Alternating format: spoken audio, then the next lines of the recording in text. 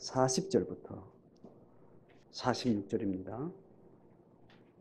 같이 너희는 방향을 돌려 홍해 길을 따라 광야로 들어갈지니라 하시매 너희가 대답하여 내게 이르기를 우리가 여호와께 범죄하여 싸우니 우리 하나님께서 우리에게 명령하신 대로 우리가 올라가서 싸우리이다 하고 너희가 각각 무기를 가지고 경솔히 산지로 올라가려 할 때에 여호와께서 내게 이르시되 너는 그들에게 이르기를 너희는 올라가지 말라 싸우지도 말라 내가 너희 중에 있지 아니하니 너희가 대적에게 패할까 하노라 하시기로 내가 너희에게 말하였거니와 너희가 듣지 아니하고 여호와의 명령을 거역하고 거리낌 없이 산지로 올라가매 그 산지에 거주하는 아모리 족속이 너희에게 마주 나와 벌떼같이 너희를 쫓아 세일산에서 쳐서 호르마까지 이른지라 너희가 돌아와 여호와 앞에서 통곡하나 여호와께서 너희의 소리를 듣지 아니하시며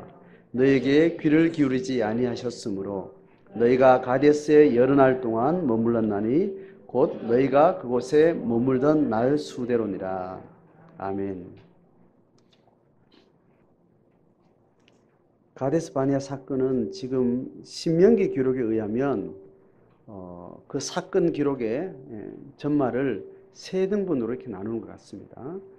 32절까지는 정탐 후에 그들이 결정한 불신앙을 결정하고 낙심한 내용에 대해서 33절까지 이야기를 하죠. 그 낙심한 사건으로 인해서 하나님의 판정이 이렇게 나오는 것이 34절부터 40절까지입니다. 악한 세대라 규정하고 이 악한 세대가 한 세대 지날 때까지 정탐한 날수대로 연수를 더해서 광야의 날수를 40년으로 잡은 겁니다. 지금 가데스 바네아까지 온 게 2년이 지났기 때문에 이제 38년 동안 채워서 40년 동안 광야에서 유리하도록 목적은 그들의 훈련과 기성세대가 늙어 죽을 때까지 새로운 세대가 올라올 때까지 이제 기다리는 거죠.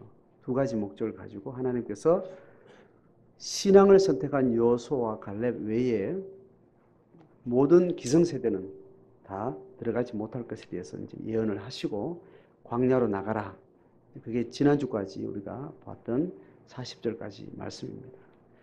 이 판정에 대해서 이스라엘 공동체가 반응하는 이야기가 오늘 이야기입니다. 그 반응을 통해서 하나님은 그들에게 말하는 몇 가지 이야기가 너무 중요한 구약과 신약을 관통하는 하나님의 나라의 삶으로 초청받은 하나님의 백성들이 이 세속 가운데 어떻게 살아가는가에 대한 아주 디테일을 설명해 주는 이슈가 돼요. 이것이 하나님의 함께 하심의 임마누엘이라 하는 신약의 언어와 연결되는 중요한 신학의 사상이 되겠습니다.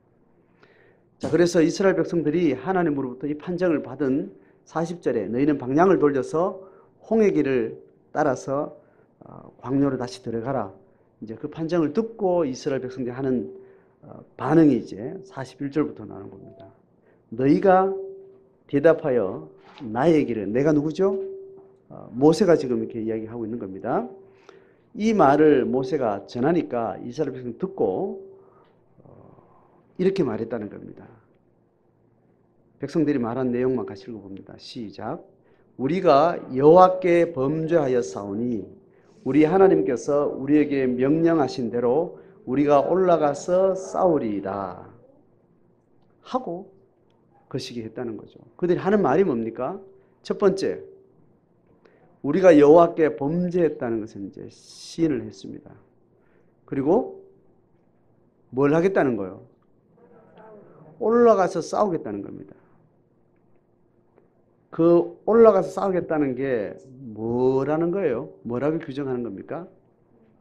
하나님이 우리에게 명령하신 대로 올라가서 싸우겠다라는 겁니다.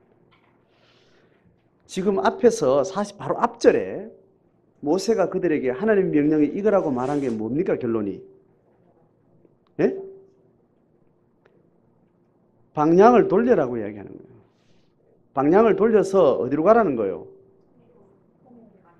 광야로 나가라는 거죠. 하나님이 지금 그들이 불신앙을 결정한 그들을 향한 하나님의 명령이었어요. 근데 이 사람들이 지금 뭐라고 지금 이야기하는 거예요? 싸우러 가겠다는데 가는 게 누구의 명령이라는 거예요? 하나님의 명령이라는 겁니다. 전체적으로 볼 때 하나님의 명령 중에 지금 이스라엘 백성들 경험적으로 하나님으로부터 들은 명령 중에 올라가서 싸우라는 명령이 있었어요, 없었어요? 지금 2년 동안 경험 중에 이스라엘 백성들이 지금 그 시대 지금 이스라엘 백성 입장에서 하나님의 명령이랍시고 올라가서 싸우라는 말을 들은 적이 있어요, 없어요? 예? 제가 말한 내용 이스라엘 백성들이 지금 언약을 맺은 지가 지금 얼마 안 돼요.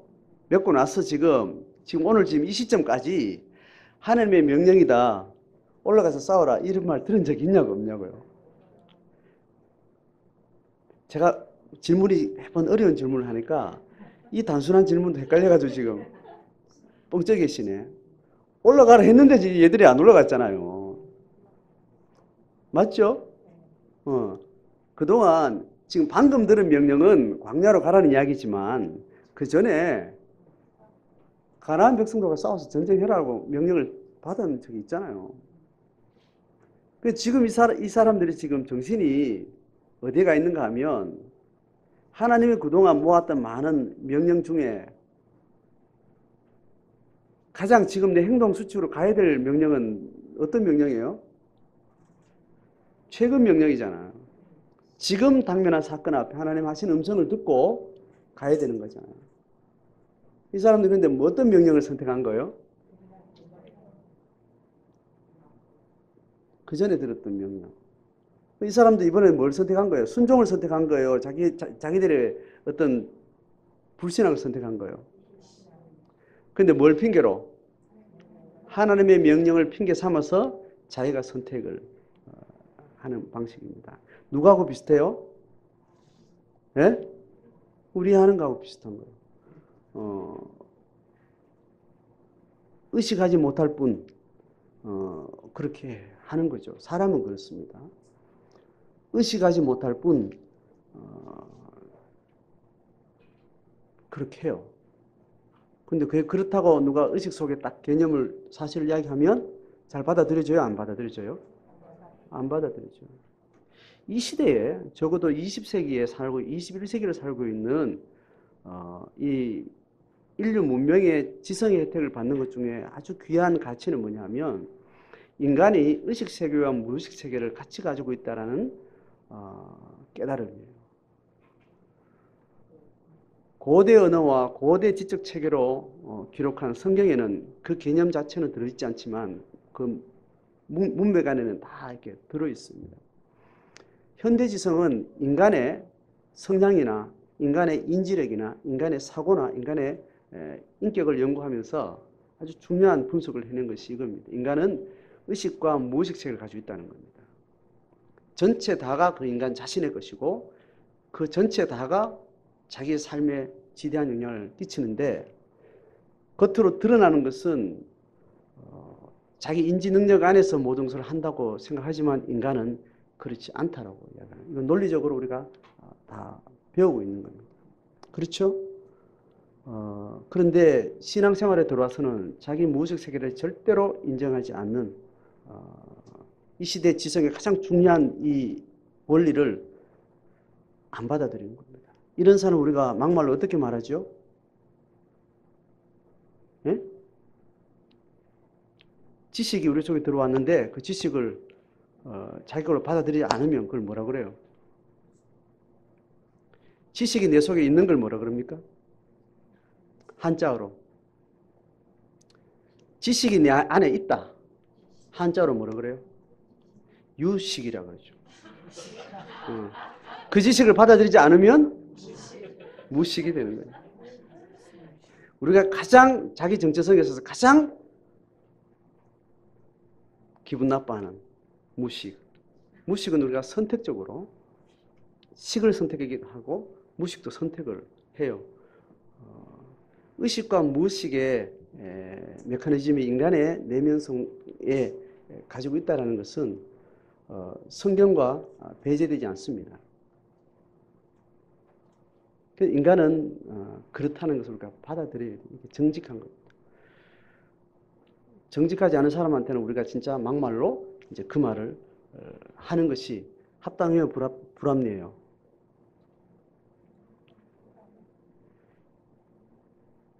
당연한 지식을 받아들이지 않는 걸 가지고 무식하다고 말하는 게 합당해요, 안 합당해요? 합당한 겁니다.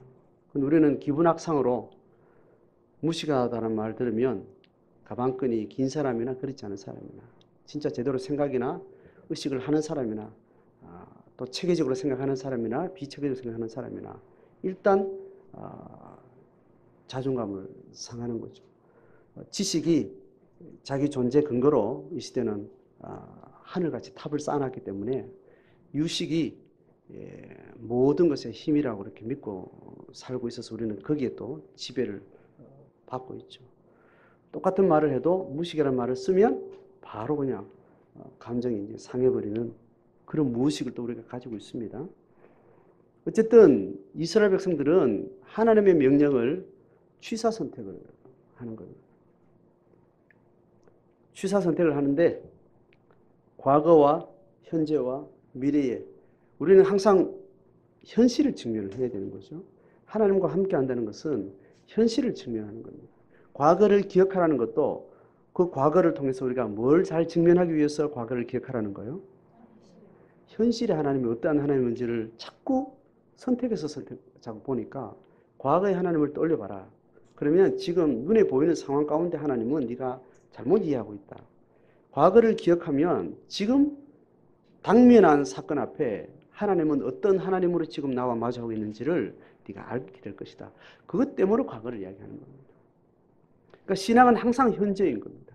어제 내가 어떤 은혜를 받았고 어떤 하나님 앞에 순종했고 어떤 신앙의 벼락 같은 체험을 해도 지금 내가 하나님하고 어떻게 임마누엘의 하나님을 내 삶으로 가지고 있느냐. 이게 늘 중요한 과제가 되는 겁니다. 이스라엘 백성들은 그렇게 하나님의 명령을 지금 바로 코앞에서 지금 하나님 명령이라고 지금 판정 내렸는데도 불구하고 마음에는 뭐가 있습니까? 하나님이 있어요? 딴 게 있어요? 딴 게 들어있는 겁니다. 딴 게 들어있으니까 하나님의 명령에 의해서 왔고 하나님의 명령의 목적을 향해서 정탐을 했음에도 불구하고 하나님의 명령을 선택하지 않고 다른 불신앙을 선택을 한 거죠. 그래서 하나님은 안 된다고 이야기한 겁니다. 자, 그렇게 해서 그들이 싸우겠다 하고 무기를 가지고 어떻게 했다고요? 산성으로 이제 올라가는 겁니다. 올라갔는데 이거를 올라갔다는 그 팩트 자체를 보고 모세가 어떻게 표현했습니까? 성경 구절을 보세요. 41절 하반절에 그들이 너희가 각각 무기를 가지고 산지로 올라갔는데 모세의 판단은 뭐예요? 그 행위 자체가 어떻다고 이야기하는 거예요? 경솔이 같다는 거예요. 경솔이.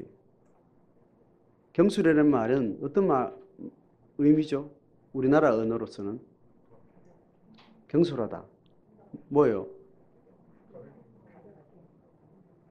피상적으로, 가볍게, 영어로도 쉽게 생각하고 그렇게 영어로 되어 있어요. 신앙은 겉으로 드러난 영역과 보이지 않는 영역, 육체적 영역과 영적 영역, 가연적 세상과 불가연적의 세상, 이런 세상을 동시에 통찰해서 보는 것이 신앙입니다. 신앙 자체는, 신앙의 세계는 영적인 세계이기 때문에 눈에 보이는 세상을 넘어서 있는 거죠. 그러니까 두 세상을 우리는 동시에 봐야 되는데 가볍게 본 겁니다. 가볍게 보면 뭐만 보입니까? 눈에 보이는 것만 이렇게 보이는 거죠. 그래서 올라갔노라고 이제 모세가 표현을 그렇게 했습니다. 자, 그렇게 하니까 42절에 하나님이 또 모세를 통해서 한 말이 있습니다. 뭐라고요? 같이 읽습니다. 하나님이 하신 말만 시작. 너는 그들에게 이르기를 너희는 올라가지 말라 싸우지도 말라 내가 너희 중에 있지 아니하니 너희가 대적에게 패할까 하노라. 허락한 거 안 한 거예요? 안 했습니다. 이유는요.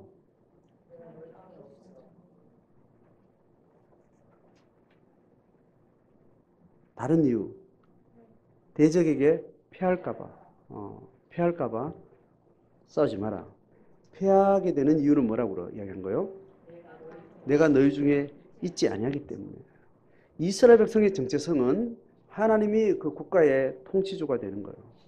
그래서 하나님의 통치령을 모든 삶 가운데 실행할 수 있도록 율법의 법전을 준 거죠. 제사법, 개인윤리법, 사회법 그런 법들을 전체적으로 국가 헌법이라고 이렇게 주신 거죠. 근데 지금 이 사람들이 싸우는 싸움은 겉으로는 하나님 명령이라 앞서고 갔는데 그들이 하나님을 하나님으로 마음에 들이지 않고 뭐를 목적으로 지금 올라가는 거예요, 그러면?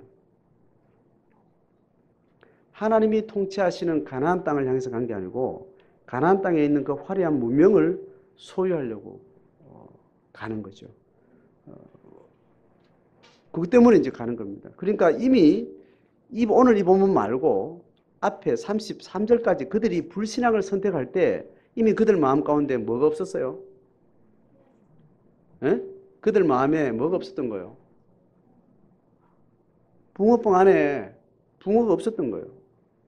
하나님이 없으니까 하나님이 이 땅에 들어가서 어떤 하나님의 권위와 하나님의 통치를 보여주겠노라고 하나님과 계약을 다 맺었음에도 불구하고 하나님이 통치하실 그 하나님의 통치의 경륜에 대해서는 일단 눈밖에 나가 있었고 그들이 보는 거는 광야를 지나면서 정말 허허벌판을 지나서 그들이 떠나왔던 애굽 문명과 거의 방불한 아주 고급 문명을 만나게 된 겁니다. 그러면서 그 고급 문명을 하나님께서 하나님의 통치로 다시 재편성하고 재구성하겠다. 이게 하나님의 목적인데 그들은 그 문명을 소유하고 싶었던 겁니다. 그 문명을 다시 저기는 생명 없고 문명은 하나님도 없고 거기는 죽음이 가득한 문명인데 그 문명을 하나님께서 다시 재편하는 하나님의 통치에 세상을 내어들고 만들고 싶다. 그것이 하나님의 목적인데 그들은 그 문명이 탐이 난 겁니다. 그 문명이 가지고 있는 힘, 그 문명이 가지고 있는 권력, 그것이 눈에 들어오기 시작해서 그 문명을 지속 가능한 문명으로 인식을 한 겁니다. 그 문명은 절단 나요, 안 나요? 절단 내겠다고 하나님이 들어갔는데 그 문명이 지속 가능한 것처럼 눈에 들어오기 시작합니다.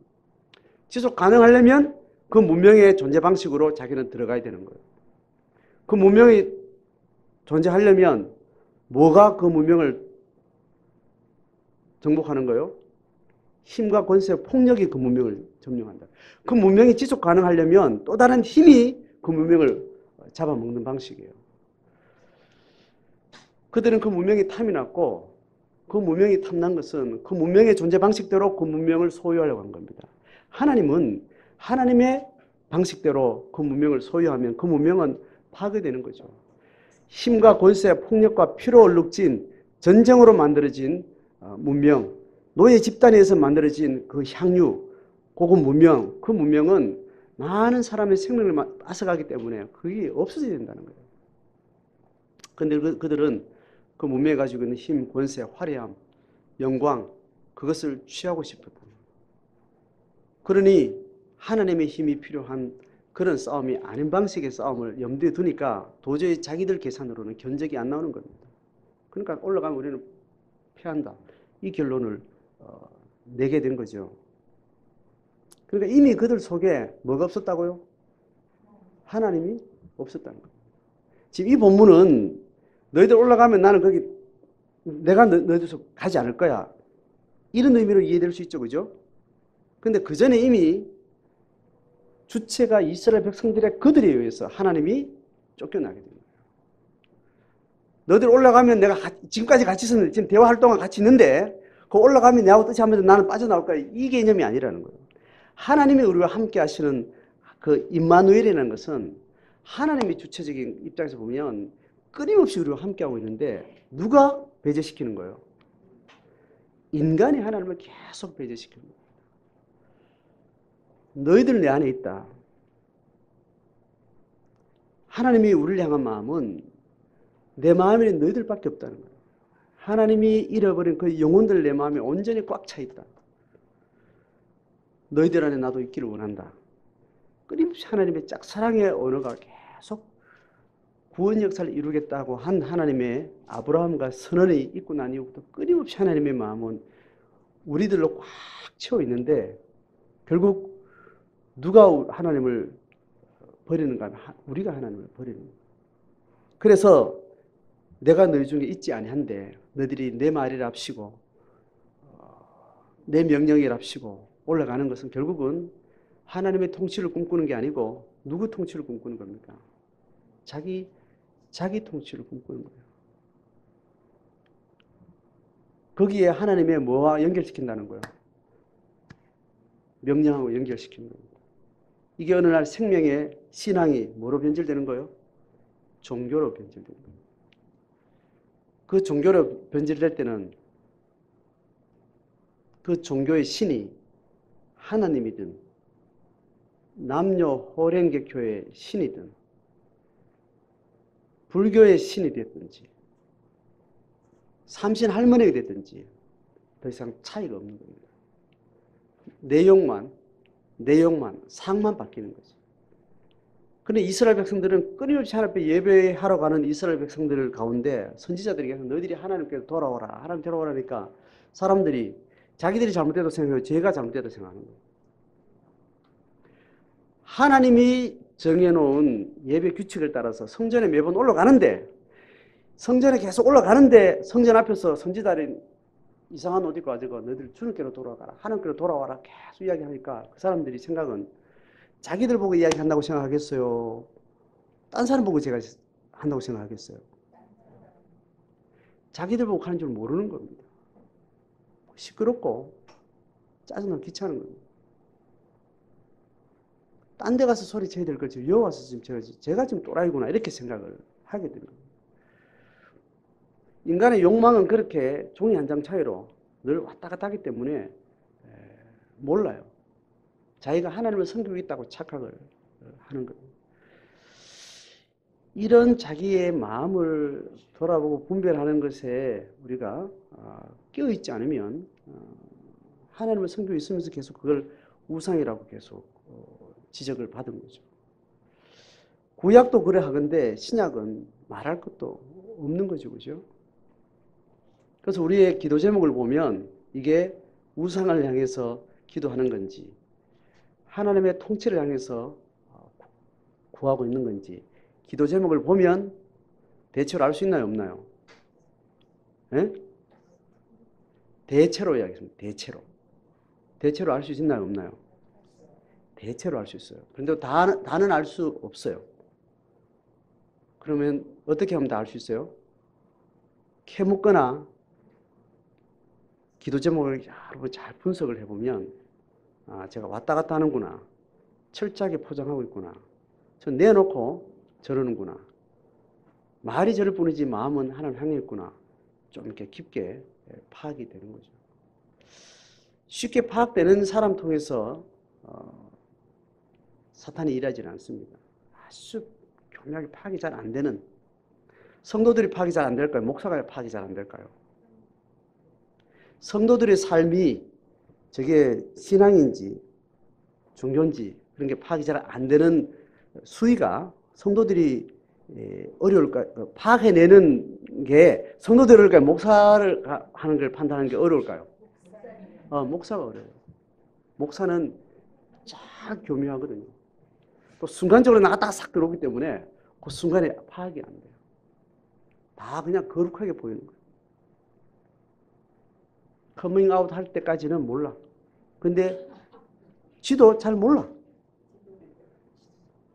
묵상을 많이 하지 않고 하나님 앞에 깊게 나가지 않으면 자기도 하나님 앞에 지도 하고 있다고 착각을 하는 거예요. 근데 분별 있는 사람이 보면 뭔가 문제가 보이는 거죠. 성도들끼리도 그렇겠죠. 그죠? 목사나 성도나 똑같은 거지. 자기 욕망과 관련해서 하나님 이름을 계속 연결하고 있어요. 다 종교적인 형태를 띠고 다 기도에 또 말씀 속에 매 큐티를 통해서 그렇게. 큐티를 많이 하는 사람이 이런 위험이 있을까? 큐티 잘 안 하는 사람이 이런 위험이 있을까요? 큐티 많이 하는 사람이. 그럴 위험이 많습니다. 큐티 하는 사람은 쉬워. 대부분 다가 그냥 욕망이에요. 큐티 안 하는 사람은. 목사 기도 많이 하는 사람은 대부분 다 그냥 욕망이에요. 그건 뭐 쉬워요. 딱 보입니다. 근데 기도 많이 하는 사람은 또 설교 이렇게 설교하고 성경을 많이 다루고 이렇게 하는 사람, 전임 사역하는 사람은 정말 어렵습니다. 저도 제 마음 잘 몰라요. 하나님이 너희 중에 있지 않다고. 그러니 경솔이 신앙의 이름으로 그렇게 뭘 하게 된다는 거죠. 43절에 그렇게 해서 하나님이 그렇다고 모세가 이야기를 했는데 백성들이 어떻게 했어요? 듣지 아니하고 명령을 거역하고, 명령하신 대로 올라가겠다 해놓고 또 명령은 또 거역하고, 취사 선택하는 거예요. 명령을 말하지만 그 명령이 아닌 거예요. 자기가 하고 싶은 거예요.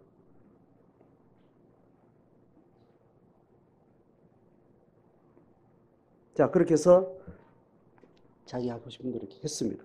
결론은 어떻게 됐어요? 완전 패퇴해서 이제 도망 나오고 완전히 패배를 한 겁니다. 45절 보세요. 너희가 돌아와 여호와 앞에 뭘 했다고요? 통곡한 거예요. 무슨 통곡했겠습니까? 예? 무슨 통곡을 했겠어요? 하나님이 없다 하는데, 하나님이 안 계시다 하는데, 올라가서 우리가 잘못했구나, 이런 통곡이겠어요?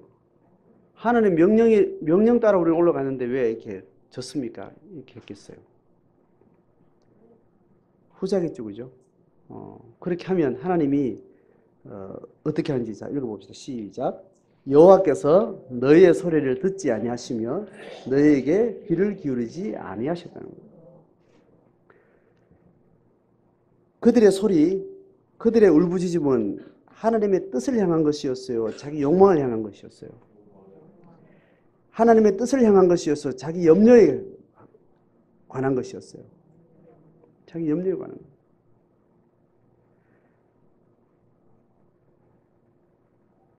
그러면 하나님이 어떻게 한다는 거예요?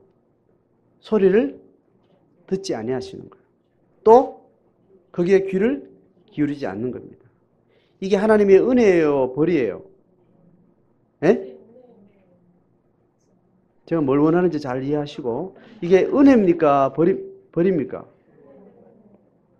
은혜입니다. 이게 은혜예요.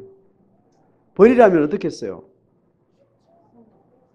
올라가서 기성세대는 그 자리에 즉각 다 죽었겠죠. 죽었으면 다음 세대 소망이 있나요, 없나요? 없죠. 하나님 다시 제2의 아브라함을 불러서 다시 재판을, 다시 언약을 맺고 다시 새로운 부족국가, 가족국가, 부족국가에 시작해서 그렇게 시족국가에 시작해서 이제 민족국가를 만들어가는 사업을 했겠죠. 그럴 뻔한 사건이 이전에 있었던 걸 여러분 기억하세요? 예? 내가 너희들하고 함께 하겠다 안 하겠다 이 이야기를 들먹거리는 사건이 있었는 걸 기억하시냐고. 지금 불과 2년 사이에 이런 유의 사건이, 붕어빵에 붕어도 없다는 이런 이야기를 지금 하나님이 이스라엘 백성하고 언약하고 난 이후에 이게 처음이 아니에요. 처음의 사건이 뭔지 기억하세요? 금송아지 사건. 금송아지 사건 때 그 민수기 내용 보면 처절합니다. 처절해요. 그때는 이게 지금보다 더 처절했어요. 그때 누구를 제물로 바치려 했냐면 모세를, 자기 자신 제물로 바치려 했어요. 하나님, 판 새로 잘래. 자, 너희들하고 그만, 400년도 그만. 아브라함, 이삭, 야곱, 요셉의 그 족장치들 나 그만. 나 새로운 아브라함이라는 한 인간을 다시 불러 나 새로 시작할 거다. 이렇게 마음을 먹고 이야기를 했어요. 근데 그 하나님의 뜻을 돌이키도록 그렇게 기도한 사람이 모세였죠. 보세요.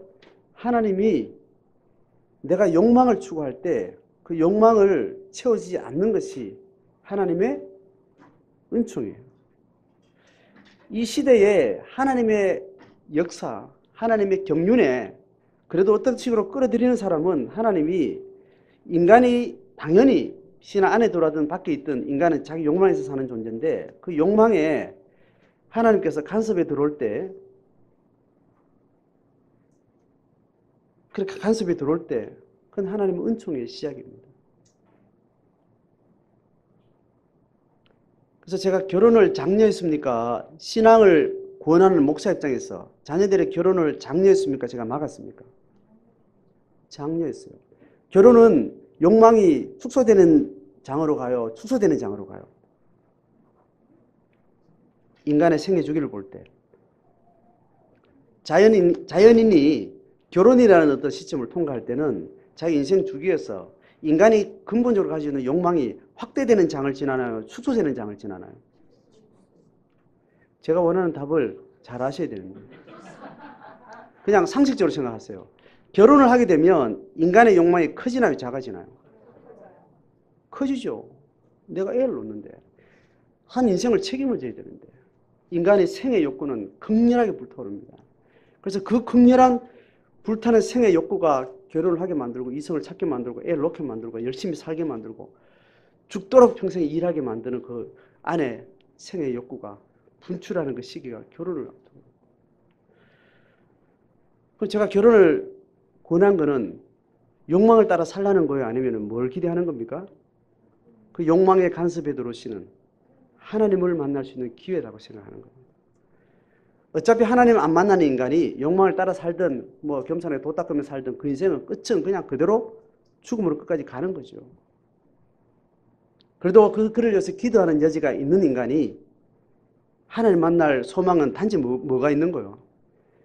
청소년기를 지나기 전까지는 부모의 통제 아래 배울 수 있는 기회도 있지만 이제 청년기를 들어서면 더 이상 인간 속에 하나님을 만날 수 있는 여지는 그 생의 욕망의 좌절 끝에서 하나님을 만나는 것밖에 다른 게 없습니다.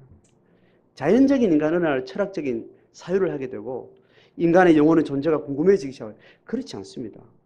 타고난 성향이나 배우는 과정에서 그런 성향들이 깊은 사고를 하면서 신에 대한 고민을 하고 물에 빠졌다 죽을 뻔하면서 인간의 사는 의미가 갑자기 질문이 되어지고 이러면서 이제 하나님을 찾게 되는 과정이 있지만 청년기를 지나면서 새롭게 그렇게 되는 사람은 거의 없습니다. 결국은 그 사람은 어디를 향해서 달려가야 되는 거예요? 욕망을 향해서 달려가도록 고속도로를 딱 펴주고 우리는 뭘 기다려요? 사고 날 때까지 기다려요. 하나님이 지금 이 백성들한테 통곡을 했는데 하나님 들었어요? 안 들었어요? 안 들은 겁니다. 안 들은 것은 하나님은 그 인생을 향해서 어떤 소망을 시작하는 겁니다. 그러면 우리가 자기 자신의 소망은 말씀 앞에 있는지 자기 욕망인지 하나님 앞에 늘 말씀을 비춰보는 거지만 그래서 확인할 수 없는 인간을 향해서는 우리는 어떤 기도가 가능한가 하면 그의 통곡 소리를 하나님께 듣지 아니하실 때 그때를 우리 기다려요.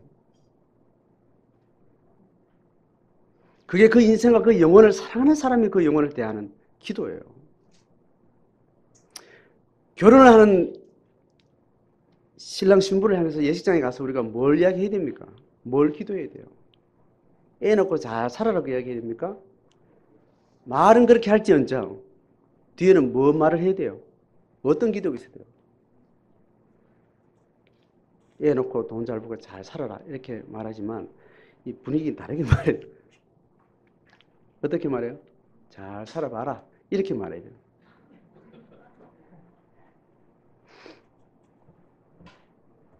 하나님 앞에 정직한 태도입니다. 이게. 자, 이 논리적으로 이해가 되죠, 그죠? 그러면 우리가 어떤 인간의 인생에 축복의 자리, 어떤 욕망이 분출하는 그런 자리에서 그렇게 잘 되라고 말해주는 것은 바른 게 아닙니다. 그 사람이 들린 귀가 열린 수준에 따라서 잘 되라 말할 때도 있고 그래 다양하게 있지만 내 본 마음은 분명해져야 됩니다. 바꿔서 내가 어떤 생애의 어떤 중요한 자리들, 자녀를 결혼을 시키고 그 애가 아이를 낳고 100일을 지나고 돌을 지나고 하다못해 매해 생일을 지나고 그런 일이 있을 때 누구의 축복을 기대하는 것, 그거 우리한테 그게 신앙의 마음일까요? 인간의 욕망일까요? 인간들의 어떤 축복이나 찬사나 박수의 갈채에 목말라 하는 것은 굉장히 불신앙입니다.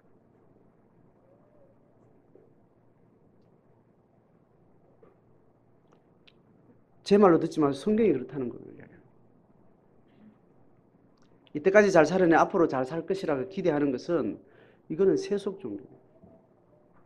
내가 그 영혼을 진실로 사랑한다면, 죽음을 통과한 이후에 하나님 앞에서 우리가 그 영혼을 만나기를 원한다면 육을 입고 있는 동안 지발 하나님이 그 통곡 소리를 듣지 않는 때가 속히 와요.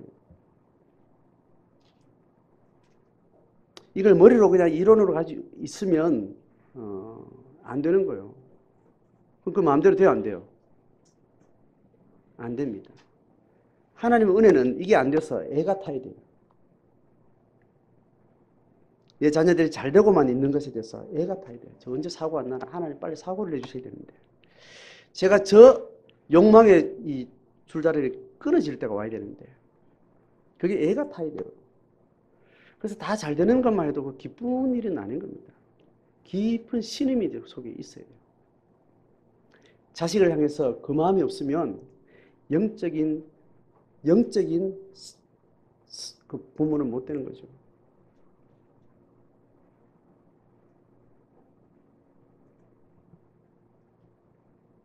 오늘날 한 시대가 교회의 시대가 있고 한 개인이 있고 국가가 있고 신앙 안에 있든 밖에 있든 재앙을 맞이하는 것은 귀한 은총이에요.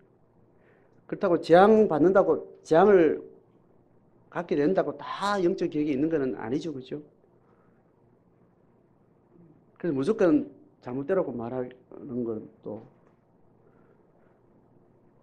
다 바른 것은 아닌 것 같습니다. 암 환자가 치료받다가 이제 의사가 손댈 수 없을 때는 어떻게 말합니까? 가서 뭐하라 그래요? 그동안 그렇게 못 먹게 했던 거를 맛있게 자시고 드시고 그렇게 집에서 편히 쉬라고 얘기하잖아요. 하나님 만날 소망이 없는 시대를 향해서 별이 저주한답시고 이렇게 할 필요는 없습니다. 그죠? 정말 그 영혼을 하나님께서 부르실 마음이 있고 그를 향한 간절한 기도가 내 안에 살아있다면 그건 언어로 나와도 되는 겁니다. 그래서 우리가 만나는 자식들마다 두고 고생도 많이 하고 고난도 많이 받아라 이렇게 말할 때 그 영혼을 향한 기도를 가지고 있지 않는 사람이 이런 제가 말했더니 논리를 그냥 논리적으로 가져와서 말하는 것은 아주 미련한 일이에요. 그런 바보가 또 없습니다. 애통하는 마음이 없이 그 영혼을 향해 애통하는 마음 없이 고난이 축복이라는 말을 하는 것은 굉장히 교만한 마음이고 미련하죠.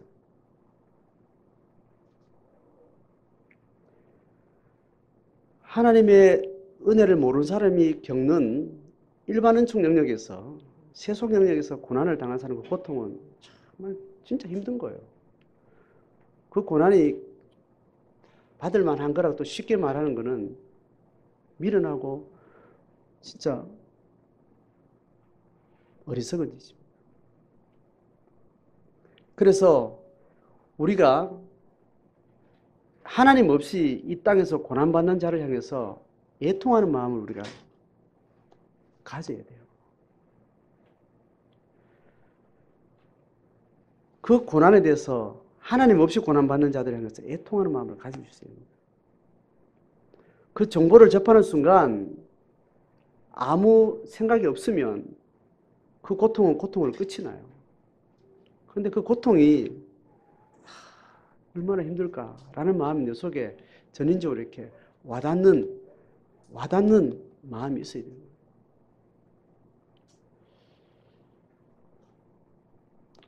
치질을 걸려보신 분이 있는지 모르겠는데 제가 치질을 걸렸다는 말은 아니고 자기가 치질을 걸렸다, 제가 이제 지저분하다고 생각하고 좀 말하기 좀 어려운 이 질병을 말하는 거는 좀 양해를 해주시기 바랍니다. 치질을 걸려서 진짜 아파보지 않은 사람은 치질 수술을 하거나 그런 사람을 보면 웃거나 그냥 미안해하고 좀 이렇게 견면적인 수준을 머뭅니다. 근데 그 때문에 진짜 아파본 사람들은 그 얼마나 처절한지를 안다고 하더라고요. 그럼 저는 치질 걸려봤을까 안 걸려봤을까? 치질 때문에 고통해 본 적은 없습니다. 근데 그런 말하기 부끄럽고 좀 거시기한 이 질병도 고통해 본 사람은 그런 이야기 하더라고요. 치질 이야기를 하면서 그렇게 쉽게 웃을 일이 아닙니다. 진짜 아파본 사람은 심각한 겁니다. 치질 때문에 아프다는 말을 누군가 했다 칠 때 그걸 듣는 사람 중에 어떤 사람이 들을 때 그게 복이 되는 거예요? 치질을 걸려서 아파본 사람이 그 말을 들을 때 그 병은 말했을 때 그게 복이 되는 겁니다. 치유기도를 해줄 사람이 있다면 치질 걸려본 사람이 치유기도를 하겠어요? 아니면 안 걸려본 사람이 기도하겠어요? 가볍고 우스운 질병을 내가 지금 논하는 겁니다. 암이라면 걸려본 사람 안 걸려본 사람 심각한 줄 알기 때문에 기도를 할 거예요. 그럼 안 됐다 그러고 가볍게 이야기 안 할 거란 말이죠. 근데 그 고통스러워 본 사람이 누구 보면 웃고 말하기 좀 부끄러워서 내가 뭐 이렇게 말하지도 않은 그 병을 들었을 때 그걸 가지고 진짜 기도할 수 있는 사람은 누가 기도하는 거예요? 걸려본 사람이. 걸려본 사람은 그 질병을 누가 당했다고 내일 모레 수술할 거라 얘기할 때 내일 모레 수술한다는 거는 적어도 몇 년 동안 그 때문에 어땠다는 걸 아는 거예요. 힘들었다는 거. 말 못할 혼자 안고 있는 힘들었다는 게 아는 거예요. 기도해 줄 수 있는 거죠. 그래서 내가 지금 둘러서 여러 가지 지금 계속 이야기하는 이유는 누군가의 고통을 볼 때 인간의 영적 고통이나 육체적, 정신적, 사회적 다양한 인간이 겪을 수 있는 고통을 우리가 바라볼 때 그 고통이 정말 진실한 고통을 이렇게 와닿는 감이 중요한 거예요. 그 감이 민감한 사람이 그 고통에 동참하려고 하겠어요? 아닌 사람이 동참하겠어요? 민감한 사람이 고통에 동참하려고 하기 전에 그 고통이 뭐서 내한테 온다는 거예요. 그죠? 그래서 중보하는 사람은 중보를 치유 은사가 있는 사람 치유를 기도할 때 그 사람의 고통이 내 고통에 마음에 와서 그걸 중보를 하기 시작할 때 그게 영적 효험이 있는 그 순간에 어떤 경험을 해요? 그 사람이 지금 고통하는 그 부위의 통증이 그걸 중보하는 사람의 그 순간에 치유의 효험이 일어날 때 그 기도하는 사람의 멀쩡한 몸의 고통으로 육체적으로 감지가 된다. 간증을 모아보면 그렇다는 거예요. 간증을 모아보면. 그렇게 기도하는 사람이 폐가 찌르듯이 아픈 그 경험을 그냥 계속 기도했는데 어느 날 그렇게 고통을 했는데 그 다음날 폐 아팠던 사람이 나았다라고 고백하더라는 겁니다. 치유 은사가 간증으로 나타날 때는 다 모아보면 그런 결론이 나요. 그러면 성경의 원리하고 맥을 같이 합니다. 누군가의 고통이 집에서 쫓겨난 고통이든지 아이를 잃어버렸든지 자식이 먼저 갔다든지 이유도 없이 누구한테 모함을 받았든지 심리적인 고통이 됐든지 정신적 고통이 육체적 고통이 됐든지 그 고통이 참 내 고통으로 와닿는 사람 그 사람과 소통되는 것은 그 고통하는 사람의 복이 되는 거죠. 우리가 이 세상에 축복의 통로가 된다는 것은 하나님과 관계 연장선에서 적어도 우리가 하나님 앞에 축복의 통로가 된다는 것은 세상 사람들이 영혼, 육의 영역에서 그들의 고통과 마주할 때 그 고통이 우리에게 느껴지는 것이 우리가 하나님 앞에 중보자가 되는 거예요. 우리는 그 고통에 민감해야 되겠어요? 안 민감해야 되겠어요? 민감해야 됩니다. 그들에게 1,000,000원을 갖다 줄 돈이 필요한 게 아니고 그들의 고통이 내 고통으로 와닿는 진정성 있는 자기의 내적 감이 중요한 거죠. 그래서 하나님이 통곡하지만 듣지 아니하시는 게 아니고 통곡하는데도 하나님 들어줘서 계속 욕망이 계속 채워가는 사람들을 향해서 우리는 그들의 한계를 볼 수 있어요. 그 고통이 언제, 저 욕망이 언제 끝이 나야 될 텐데 그런 마음을 가지고 기도할 수 있어야 되고, 또 어떤 고통을 크든 작든 당하는 사람을 그 고통이 나한테 와닿을 때 그 사람은 나를 통해서 뭐가 시작되는 거예요? 중보가 시작되는 거예요. 저 고통을 하나님 어찌 하겠습니까? 그게 물질의 고통이면 적어도 내가 동참할 수 있나요, 없나요? 예? 그 사람이 지금 정신적인 고통이 아니고 물질적 고통을 당하고 있다. 돈이 없어서 고통하고 있는 거예요. 그 욕망에 의해서. 그러면 거기에 내가 조금 가담할 수 있나요, 없나요? 있죠, 그죠? 물질 영역이니까. 영적인 영역이 아니고 물적 영역에 어느 정도 가담할 수 있어요. 그 고통이, 물질을 통해서 겪는 고통이 결국은 근원적인 고통은 뭐예요? 영적 고통이라는 걸 알고 그 영혼을 불쌍히 여겼으면 그 물질 때문에 고통하는 그 영혼을 보면서 내가 중보가 시작되고 그 고통이 내 마음에 와닿을 때 그 영혼의 필요를 채워주고 하는 그 하나님의 마음으로 물질의 필요를 채워주는 역할을 우리가 가능한 거죠. 사회적으로 결핍이 있는 사람, 정신적으로 우울증이 든 사람, 그 고통이 얼마나 고통스러운지 차라리 사는 것보다 죽는 게 낫겠다 할 정도로 공황장애에 시달리고 우울감에 빠져 있고 살아가는 삶의 이유가 없고 이유를 모르겠고 누군가의 말이나 시선 때문에 죽는 것보다 더 심한 모멸감의 고통을 느끼는 사람에게 그 고통을 우리가 와닿으면 저 인생이 하나님 만나기 전까지는 저 고통이 끝이 없을 텐데 그 영혼을 두고 기도를 하게 되겠죠. 그 기도를 하고 있다면 적어도 그가 느끼고 있는 영적 한계를 아직 못 만났을지라도 영적 고통을 못 느끼더라도 정서적 고통을 가지고 이렇게 힘들어하는 사람에게 우리는 가까이 가서 가담할 수 있나요, 없나요? 할 수 있죠. 함께 해주는 거죠. 괜찮다고 말해줄 수 있는 거고 그 마음에 와닿는 어떤 도움을 어느 정도 줄 수가 있겠죠. 그 고통이 자기 고통으로 와닿는 사람은 그렇게 움직이는 겁니다.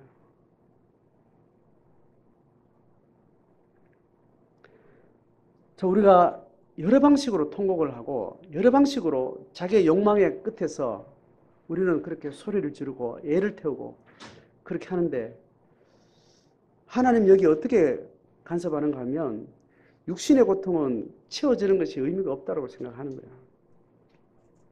그 육신의 고통을 두고 그 영혼의 고통을 발견할 수 있도록 하나님께서 그 고통을 통해서 하나님이 다가가시는데 중보자를 세우셨던 거예요. 1차 중보자는 그리스도요. 2차 중보자는 성령이요. 3차 중보자는 그 성령의 감동을 입고 그 고통이 하나님처럼 그를 지으신 하나님의 마음처럼 고통의 마음이 감수성이 있는 그 성도를 통해서 하늘 그 영혼을 만나가 주시는 거죠. 하나님이 너희 중에 있다라는 이 주제는 다양한 스펙트럼을 통해서 우리 가운데 사건이 되어집니다. 하나님 우리와 함께 한다는 사건은 작년에 지난주에 제가 신앙의 각계전투 그는 기본의 이야기를 했고 최종적인 신앙의 방식은 무슨 전투라 그랬죠? 연합전투라고 그랬습니다. 하나님의 임재 사건이라는 것은 하나님 너희 가운데 있고 없고라는 사건은 신앙 안에 있는 사람부터 신앙 없는 사람까지 총체적으로 연결되어 있습니다. 연결되어 있어서 신앙이 있는 사람은 신앙의 순결로 나아가고 신앙이 없는 사람은 하나님의 생명과 접하는 방식으로 끊임없이 방향을 가져가는 겁니다. 우리 안에 하나님의 임재가 있다면 내 욕망은 끊임없이 하나님 앞에 정죄되어 가지만 하나님은 없는 어떤 누구를 향해서 끊임없이 그렇게 고통에 동참하는 방식으로 하나님의 임재는 그렇게 믿는 자를 통해서 세상에 스며들고 확장되고 그렇게 완성되어 가는 겁니다. 이미 우리가 하나님의 임재를 경험하고 그 임재를 더 순결하고 숭고하게 우리가 하나님의 임재에 깊이 들어간다는 증거는 뭐냐 하면 하나님의 임재를 아직 경험하지 못한 세상과 접할 때 연대의식을 가지는 거예요. 연대의식을 가졌다는 증거는 뭐냐면 돈 한 푼 주는 게 아니고 그 고통이 내 고통으로 와닿는 것을 이야기합니다. 교회가 생명력이 없는 것은 물질로 사회사업으로 그들의 고통에 마음 없이 동참하는 거예요. 국가기관하고 전혀 다르지 않습니다. 그렇게 해놓고 하나님 이름으로 했다라고 착각을 합니다. 참 생명력의 임마누엘은 그들의 고통이 마음에 와닿는 겁니다. 마음에 와닿는 것은 그들의 육체적, 정신적 고통이 와닿고 최종 고통이 영혼의 고통이 있다는 것을 알고 저 육체적 고통을 하나님은 거두어 가시든지 그대로 두시든지 그게 중요하지 않고 죽음 앞에서도 영원한 고통 앞에 그가 문제 해결이 되는가 그걸 생각하면 그들의 영적 고통과 함께 그 고통에 동참하는 마음이 생깁니다. 이건 자동으로 되지 않습니다. 하나님이 주신 심령이 있을 때 가능해요. 자식이 둘이 치열한 마음으로 자식 둘이가 온 마음과 온 영혼을 다해서 싸우다가 서로 받아들이게 되는 것은 누구 마음을 품었을 때 그런 거예요. 날 이렇게 사랑한 내 자신을 똑같은 방식으로 사랑하는 부모의 마음이 내 마음에 왔을 때 형제가 내가 용납이 되는 거죠. 하고 싶다고 되는 건 절대로 아닌 것입니다. 그래서 하나님 앞에 은혜를 구해야 되는 거예요. 하나님 그 심령을 내게 부어달라고 기도해야 되는 거예요. 내가 민감하기 위해서 다른 모든 것들을 통제하기 시작하고 하나님 앞에 온전한 마음을 집중해서 하나님의 마음을 내가 품고 임마누엘의 하나님을 내가 소유할 뿐 아니라 그 임마누엘이 이 세상 가운데 흘러갈 수 있도록 인간의 욕망의 세상 가운데 욕망을 끊고 하나님의 만족과 풍요로 나갈 수 있도록 내가 항상 서 있기 위해서 나를 계속해서 욕망의 언저리에 비비되지 않고 욕망을 자기 생명처럼 끊어내고 하나님의 부유하심 앞에 한 걸음 한 걸음 다가가는 거죠. 우리 자신을 돌아보면서 내가 신앙 안에 들어와 있는 것 이게 전부가 아닌 거죠. 하나님이 한 세대를 물릴 거냐 그 시대를 하나님께서 쓰실 거냐 하나님도 고민 많으신 분이에요. 물리는 시대에도 다음 세대를 위해서 쓰시는 인간이 있고 소수지만 또 준비된 세대는 하나님이 그 하나님의 경륜을 역사 속에 이루기 위해서 그들의 순결함을 쓰시는 거죠. 신앙의 싸움은 끊임없이 순결을 향해서 하나님의 임재의 지성소로 끊임없이 나아가는 싸움입니다.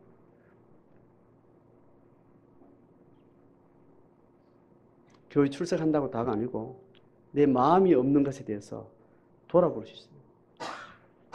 몸이 와 있다고 내가 여기 와 있는 게 아니라는 걸 우리가 아셔야 돼요. 이 시대는 마음을 묻지 않는 시대예요. 이 몸이 와 있냐? 그럼 됐어. 돈 얼마 있어? 그럼 됐어. 니는 스펙이 있어? 그럼 됐어. 그것만 묻는 시대이다 보니까 네 마음이 어디 있는지 묻지 않는 시대예요. 거기 우리는 길들여져 있어서 내가 내 마음을 돌아보고 내 마음을 찾아가는데 우리는 전혀 누구도 말해주지 않습니다. 부모조차도 마음 묻지 않습니다. 내가 1등 하면 됐어요. 대학만 들어가면 걔 마음이 어디로 돌아다니는지 아무 상관없어. 우울증에 걸리든지 대학 들어가서 자살을 할 지경이 됐는데도 그 마음이 가는 길을 관심 없어요. 몸만 칩니다. 네 어디 가 있냐? 네 이번 여름에 어디 가서 놀 거냐? 네 돈 얼마 쓸 수 있고 어디 여행 다니느냐? 그것만 묻는 시대에 우리는 철저하게 온몸이 세속화에 길들여져 있습니다. 하나님은 나올 때 그거 아니다. 네 마음 어딘지 난 묻고 싶다. 네 마음 어딘지 알고 싶고 네 마음을 찾아라. 이것은 교회에서 끊임없이 도전받는 이야기예요.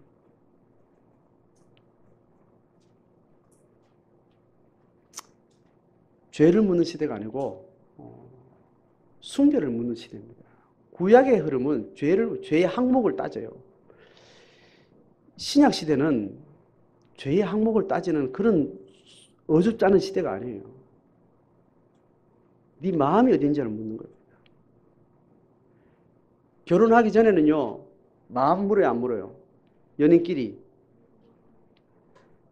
결혼하기 전에는 마음을 묻는 시대예요, 몸을 묻는 시대예요. 결혼 후에는 대체로 어떠냐고 묻는 겁니다. 다 마음이 물어져야 되는데 대체로 어때요? 결혼 전에는 적어도 그 마음이 어떤지를 문제 삼습니다. 마음이 없으면 결혼도 내가 그만두겠다. 근데 결혼 후에는 마음 없어도 대충 살자. 돈이나 벌어다오. 애 결혼할 때까지만 마음 없어도 몸이라도 있으면 그렇게 사는 거죠. 신앙은 그러면 안 됩니다. 점점 마음을 깊이 물어요. 순결이 아니면 순결이 아니라 모든 것을 포기할 수 있는 그 한 가지 가치에만 집중하도록 하는 그렇게 요구를 하시는 거예요. 그런데 우리 너무 쉬운 시대에 살고 있어요. 교회 출석만 하면, 봉사 적당히 하면, 헌금 어느 정도 하고, 갖출 걸 갖추면 괜찮다고 하는, 그걸 노골적으로 이야기하는 그런 시대입니다, 교회가. 그렇지 않습니다. 나는 이 정도면 됐지 않냐? 이런 불신앙의 말은 없습니다. 순결할수록 작은 떨리는 마음에도 양심의 거리낌으로 가슴 아파하고. 윤동주 씨는 그런 걸 이야기를 하죠. 아주 섬세한 예민한 감수성을 표현하는 방식. 하나님 앞에 인격적으로. 여러분, 우리는 몸으로 사는 시대가 아니고 마음의 시대에 살고 있습니다. 하나님께 마음을 어떻게 두고 있는지. 몸은 왔는데 마음이 없이 왔다는 것을 인지가 돼야 돼요. 인지가 안 돼요. 몸이 와 있으니까 나도 와 있다고 착각을 하는 겁니다. 하나님은 상한 심령을 예배를 받으시는데 하나님 내 몸은 왔지만 마음은 내가 딴 데가 있어요. 이런 상한 심령을 정직하게 받기를 원하십니다. 몸 와 있으니까 하나님 뭐 다 할 거 다 했잖아요. 몸 와 있으니까 다른 지체들 앞에서 당당한 거예요. 몸만 와 있는 나로 인해서 이 교회가 예배가 어려워지지 않겠는가? 거짓된 예배가 되지 않는가? 마음이 딴 데 있으면 딴 데 있다라고 좀 고백하고 들어오셔야 돼요. 다음 주부터 들어오실 때 몸은 왔는데 뒤에 꼬리를 보시고 마음까지 따라왔는지 보시고 왔으면 왔다고 하나님 앞에 고백하고 안 왔으면 하나님 앞에 내 마음은 못 가지고 왔어요. 마음은 집에서 오늘 한바탕 해가지고 집에 지금 어디 처박혀 있습니다. 몸만 왔으니까 용서해 주시고 씻어주시도록 만져주시도록 거기에 하나님의 임재가 임하는 거죠. 누가 묻지 않아도 하나님은 그걸 묻게 오라고. 그래서 정직한 마음, 상한 심령을 예배를 받으신다. 다 잘 살고 오라고 이야기하지 않고 정직한 마음을 가지고 상했으면 상했다. 욕망을 가지고 있다. 아직 여기 시달리고 있다. 하나님 여전히 이렇습니다. 정직하게 말하고 오는 거예요. 이게 아니라는 알고 있는데 내 힘으로 안 되는데.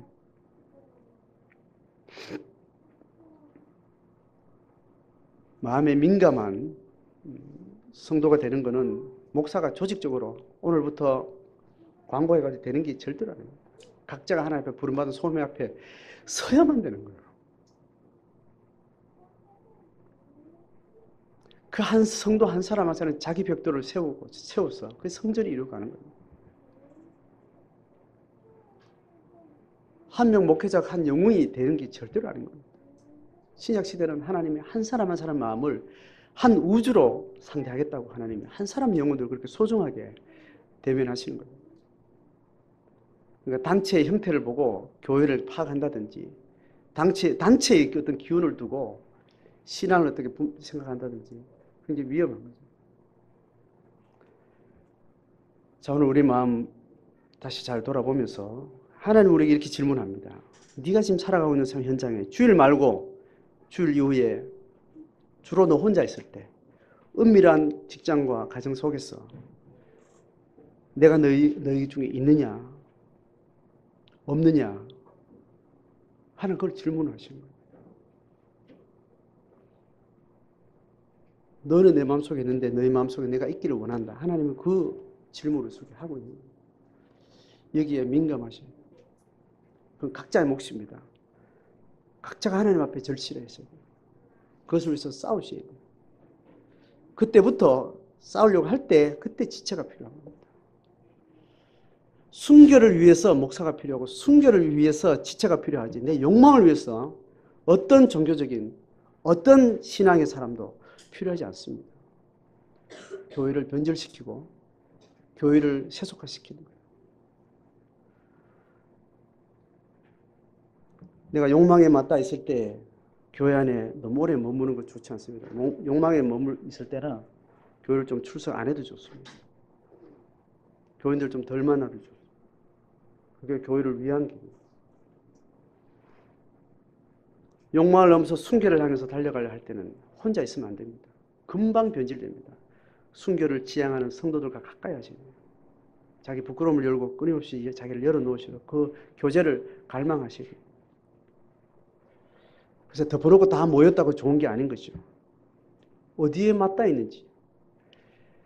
의식하든 하지 않든 욕망에 맞닿아 있는 전인격을 가지고 계속 모이는 것은 영적으로 유익하지 않은 거죠.